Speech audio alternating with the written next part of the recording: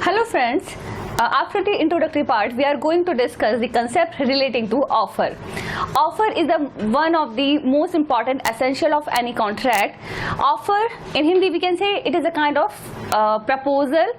प्रस्ताव के बारे में जब हम बात करते हैं कॉन्ट्रैक्ट का बहुत ही मुख्य भाग है और प्रस्ताव की परिभाषा सबसे पहले निर्वचन खंड या जिसे हम इंटरप्रिटेशन क्लॉज कह सकते हैं उसमें दी गई है. Section 2A of the law of contract define the term offer when one person signifies his willingness to do something or abstain from doing something to obtain the assent of the another person. It is said that an offer is made by that person. कि जब कोई व्यक्ति किसी कार्य को करने की या करने से प्रवृत्त रहने की अपनी इच्छा किसी अन्य व्यक्ति को इस दृष्टि से संज्ञापित करता है कि उस अन्य की सहमति अभिप्राप्त कर सके, वह प्रस्ताव करता है, ऐसा कहा जाता है. इसलिए जब किसी कॉन्ट्रैक्ट की शुरुआत होती है, in the initial stage of any contract we can say a person has to make an offer to the another person. जैसे कि हमने बात की थी कि दो पक्षकारों का होना आवश्यक है और उसमें एक पक्षकार का प्रॉमिसर होना कि जो बंदा प्रस्ताव करता है, that person is called promiser, प्रस्तावक उसे कहा जाता है. तो ये सबसे पहली बात है जो कि सेक्शन 2A में वर्णित की गई है. अब हम इसमें देख सकते हैं कि there are when a person is making an offer an statement, एक स्टेटमेंट का होना जरूरी है कि a person is making something, a kind of offer. Okay, so when we are talking about the statement, it there must be a legal intention to create an offer. If a person is talking just in for having a fun, and in that sense we can not say that person is willing to enter into a legal contract. Okay, तो जब भी हम प्रस्ताव की बात करते हैं वहां व्यक्ति का इंटेंशन, आशय होना आवश्यक है कि वो व्यक्ति वास्तव में एक लीगल कॉन्ट्रैक्ट में एंटर होना चाहता है. किसी मजाक में कही गई बात को हम ऑफर नहीं मान सकते हैं. इस तरीके से जब सेक्शन 2A की इस परिभाषा के अंतर्गत लीगल इंटेंशन का होना आवश्यक है, इसके लिए एक लीडिंग केस है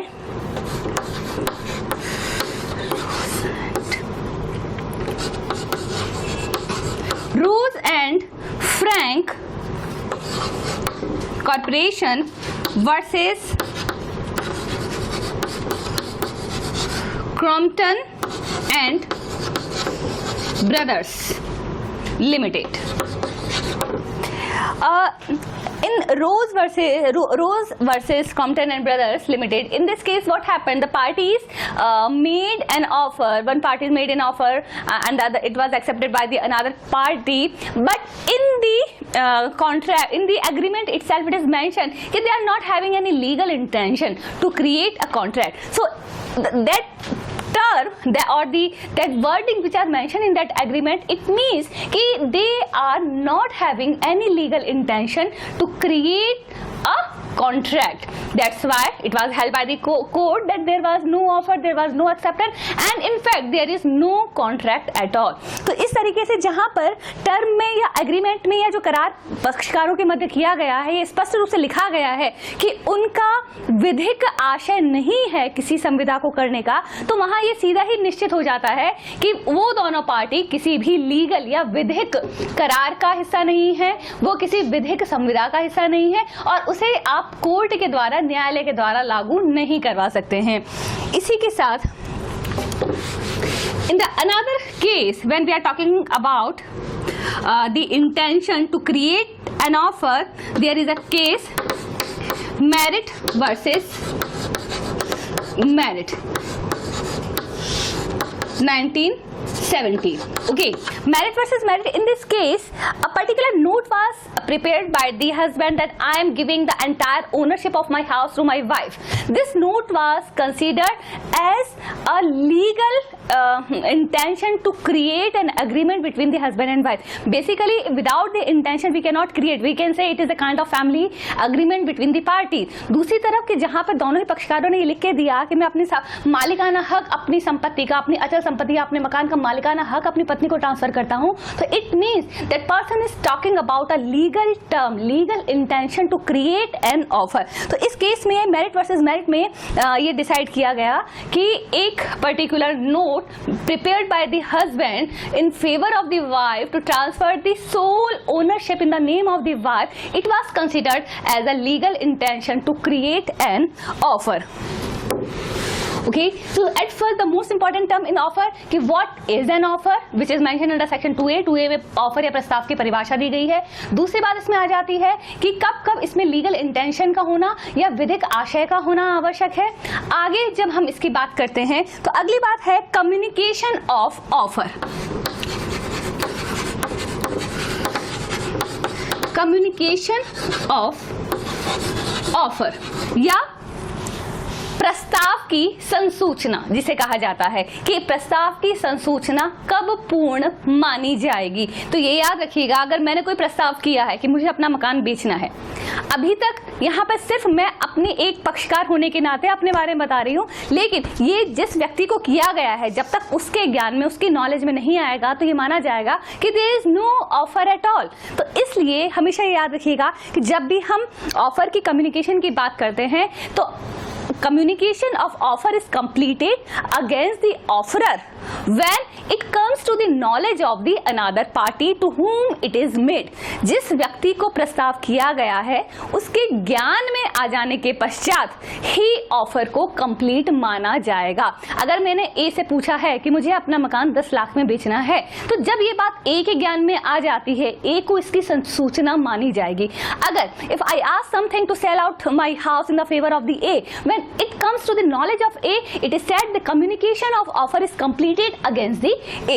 Okay, so it is an important part, communication of offer against the other party और अगेंस्ट दी ऑफरी। तो ऑफरी के ज्ञान में, ऑफरी के नॉलेज में किसी बात की संसूचना का आना अत्यंत आवश्यक है। इसमें एक इंडियन लीडिंग केस है, Lalman Shukla versus Gauri Dutt. It is a case which has happened in the 1913. Okay, in this case what happened, the nephew of a person, he was went somewhere from the house and the servant of the house, he was said to search that particular child। एक बच्चा घर में से खो जाता है और उसमें जो व्यक्ति है, इसमें डिफेंडेंट है, डिफेंडेंट का भतीजा खो जाने के पश्चात वहाँ के घर के एक व्यक्ति को कहा जाता है कि आप इसे ढूंढ के लाइए। वो बंदा जब ढूंढने के लिए निकल जाता है तो after when he left to in search of that child, a particular declaration about the price, the person who will search that particular child, he is entitled to get 501 rupees। It was said by the defendant कि उस व्यक्ति जब भतीजे के खो जाने की सूचना उस व्यक्ति को मिलती है तो वो अपने घर के एक नौकर को उसकी तलाश में भेजता है, और जब वो नौकर तलाश में चला जाता है उसके पश्चात उसने एक डिक्लेरेशन किया, एक घोषणा की कि जो भी बंदा उस बच्चे को ढूंढ के लाएगा उसे 501 रुपए का इनाम दिया जाएगा। The child was searched by that servant, he came back and he asked for his money of 501 rupees। उस समय जब 521 के द्वारा डिमांड की जाती है तो at that particular situation defendant said कि at the time of declaration of that price you were not there, कि जिस समय नाम की घोषणा की गई थी तुम वहां नहीं थे। इसका मतलब ऑफर की सूचना तुम्हें नहीं थी जब तुम बच्चे को लेकर आए हो। अब जब तुमने लोगों से सुना है कि now you are asking about your price, so you are not entitled to that particular amount of price. तो यहाँ तुम उसके लिए एंटाइटल नहीं हो, तुम्हारा कोई हक नहीं है कि तुम उस 501 के इनाम को पाओ। जिस समय मामला कोर्ट में जाता है और कोर्ट में ये कहा है कि when we are talking about the communication of offer, हम प्रस्ताव की संसूचना के बारे में जब हम बात करते हैं तो जिस समय ऑफर किया गया है उस समय ये ऑफरी के ज्ञान में होनी चाहिए। तो जिस समय उस 501 रुपए के इनाम की घोषणा की गई थी, नौकर के ज्ञान में वो बात नहीं थी। बच्चे को ढूंढ के लाने के बाद बाद हाँ ही completed the condition which is mention by the person, वो बच्चे को ढूंढ के लाया लेकिन उसके बावजूद भी वो इनाम का हकदार नहीं माना गया। अगर जाने से पहले उस बात की सूचना होती है, इस बात की सूचना होने के बाद वो बच्चे को ढूंढने जाता, that person was entitled for that 501 rupees. So it was a leading case, Lalman Shukla versus Gauri Dutt. It is communication of offer. At first, what is an offer? Legal intention to create an offer. Then the communication of offer. Okay, there is a term which is called cross offer. Cross प्रस्ताव के बारे में अक्सर कहा जाता है, या विपरीत प्रस्ताव, विरुद्ध प्रस्ताव इसे कहा जा सकता है। When we are talking about a cross offer, it is an important term. Remember, when there are two parties and both are saying the similar thing to each other at the similar time, कि जब दो व्यक्ति किसी एक ही बात को एक साथ एक दूसरे के विरुद्ध कहते हैं तो वो क्रॉस ऑफर करते हैं, ऐसा कहा जाता है। फॉर एग्जाम्पल कि आई एम सेइंग टू ए से मैंने कहा कि मैं अपनी किताब 500 रुपए में बेचना चाहती हूँ। I made an offer to A that I am willing to sell out that particular book in 500 rupees. Book is the subject matter, 500 rupees the consideration, we both are the major, sound mind and not disqualified by law of land, all other conditions are fulfilled. उसी समय ए ने मुझे एक प्रस्ताव किया कि मैं आपकी पुस्तक 500 रुपए में खरीदना चाहता हूँ। कि a made an offer that I am willing to purchase your book in 500 rupees. Okay, so both the parties are saying same thing, similar contract. It means it is a cross contract. Okay, sorry, it is a cross offer to each other. In that situation, there is no offer at all. If the parties are willing to start a new agreement between them, they have to make an offer from one side only, and it must be accepted by the another side. जब दोनों ही पक्षकारों ने एक ही समय में एक ही तरह की किसी संविदा में अंतरित हुए हैं, प्रविष्ट हुए हैं, तो इसका मतलब वहाँ किसी भी प्रकार का कोई ऑफर या प्रस्ताव पूर्ण नहीं हुआ है, ऐसा माना जाएगा। तो क्रॉस ऑफर, एक ही समय में दोनों पक्षकार एक ही बात एक दूसरे से कहते हैं, इसे क्रॉस ऑफर कहा जाता है। इसी के साथ एक बहुत ही इंपॉर्टेंट टर्म है which is said offer and invitation to offer.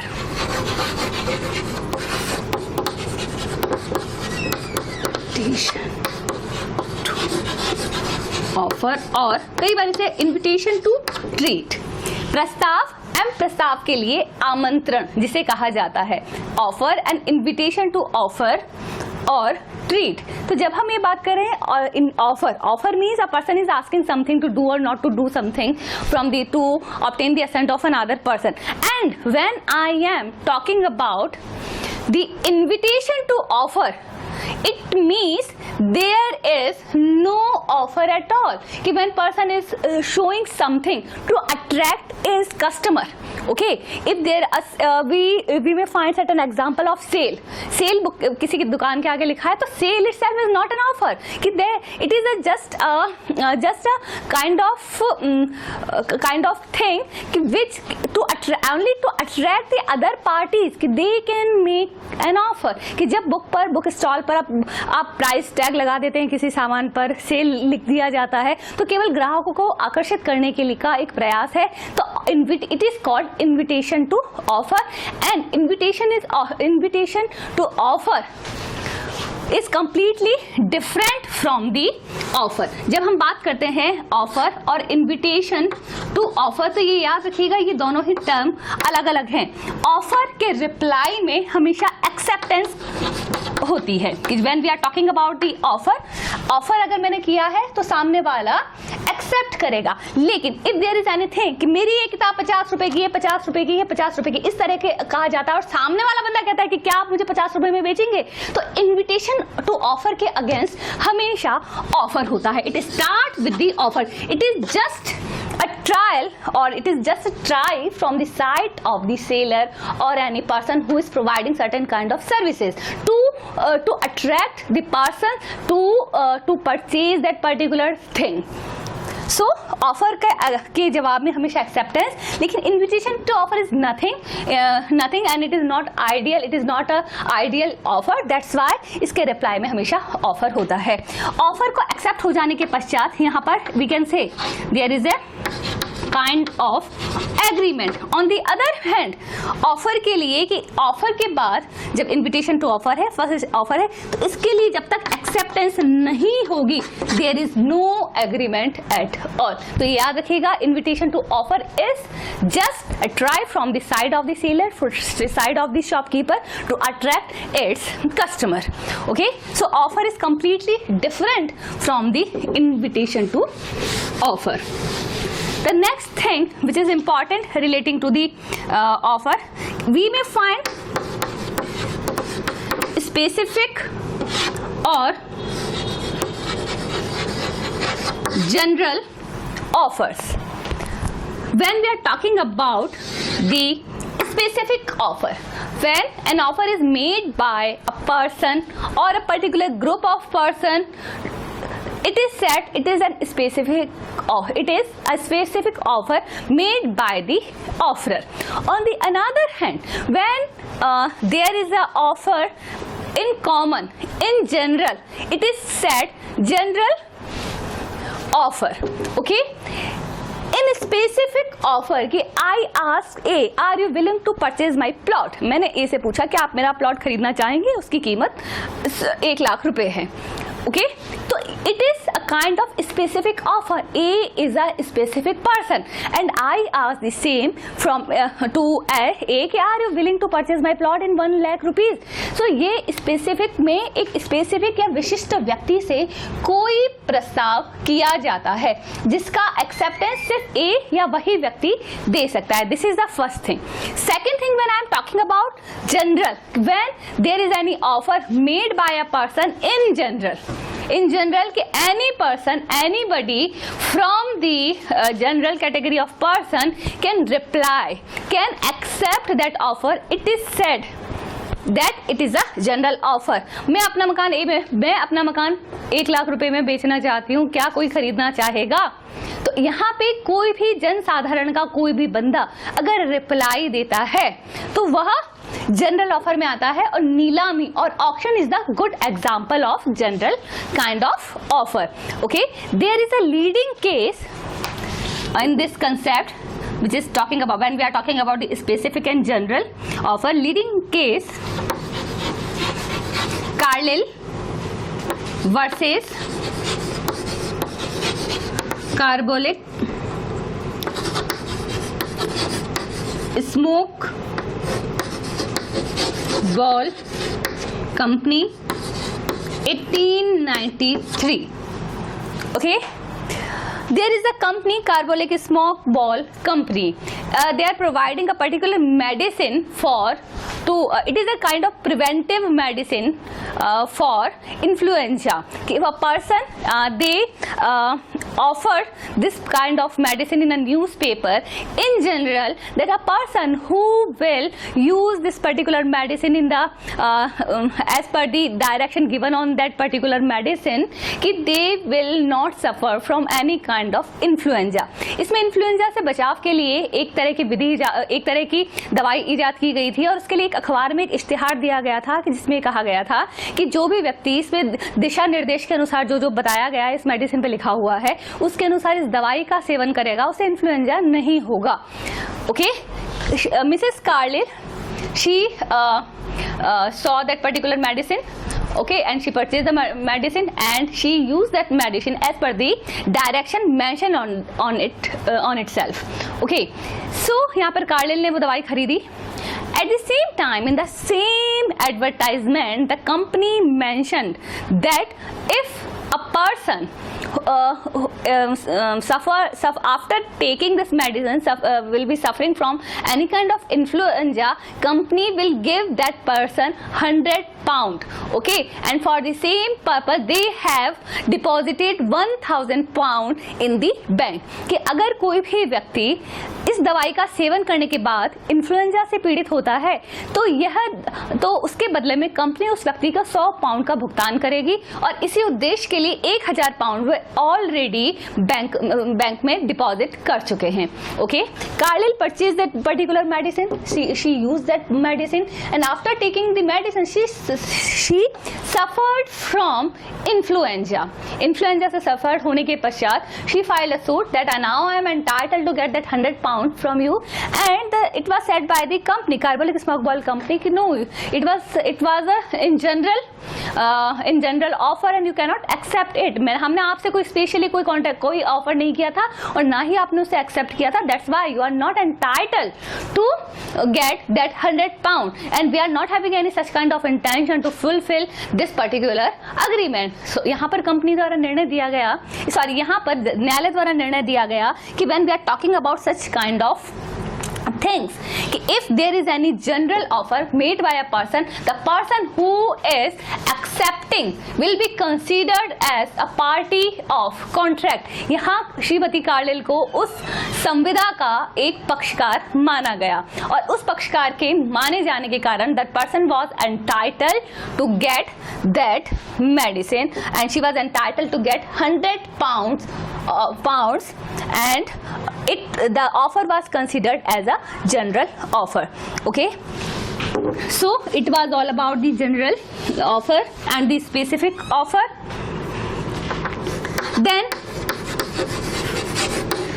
revocation of offer. How can we say that a person can revoke an offer at any particular time, but before the acceptance from the another party? एक offer किसी भी समय विखंडित किया जा सकता है जब तक कि उसे स्वीकार किया जाए. For example, I ask A कि I am willing to sell out my plot in 1 lakh rupees. A gives his assent before it I can revoke my offer. तो किसी भी व्यक्ति द्वारा जब कोई ऑफर किया जाता है तो वह ऑफर विखंडित किया जा सकता है, रिवोक किया जा सकता है जब तक कि उसकी एक्सेप्टेंस आए. तो एक्सेप्टेंस से पहले किसी भी समय कोई भी ऑफर रिवोक या विखंडित किया जा सकता है. तो इस तरीके से ऑफर से रिलेटेड इन सभी मामलों में हमने देखा कि बहुत सारे मुख्य बिंदु हैं जो ऑफर की बात करते हैं. कि पहले ऑफर की बात की गई है, सबसे पहले इसकी परिभाषा सेक्शन 2A में दी गई है. उसके बाद दूसरी बात इसमें जो कही गई है वो बात की जाती है इसके रिवोकेशन की. इसके बाद इसके अलावा स्पेसिफिक कॉन्ट्रैक्ट, अन्य कॉन्ट्रैक्ट की बात की गई है. अगले भाग में हम एक्सेप्टेंस के बारे में अध्ययन करेंगे.